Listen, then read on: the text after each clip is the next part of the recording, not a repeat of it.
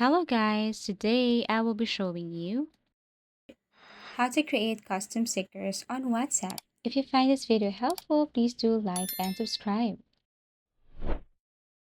So first things first, you need to launch your WhatsApp application. For example, I want to send a custom sticker to my friend B. So I just have to tap this conversation right here.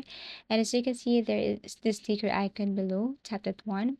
Once you tap that, you should see this create button right here.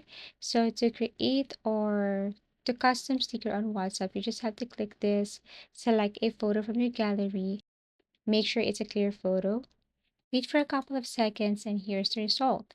Now you can minimize and maximize this one. You can add another sticker. You can add text here. And once you're okay with the result, then what you're going to do is tap on send.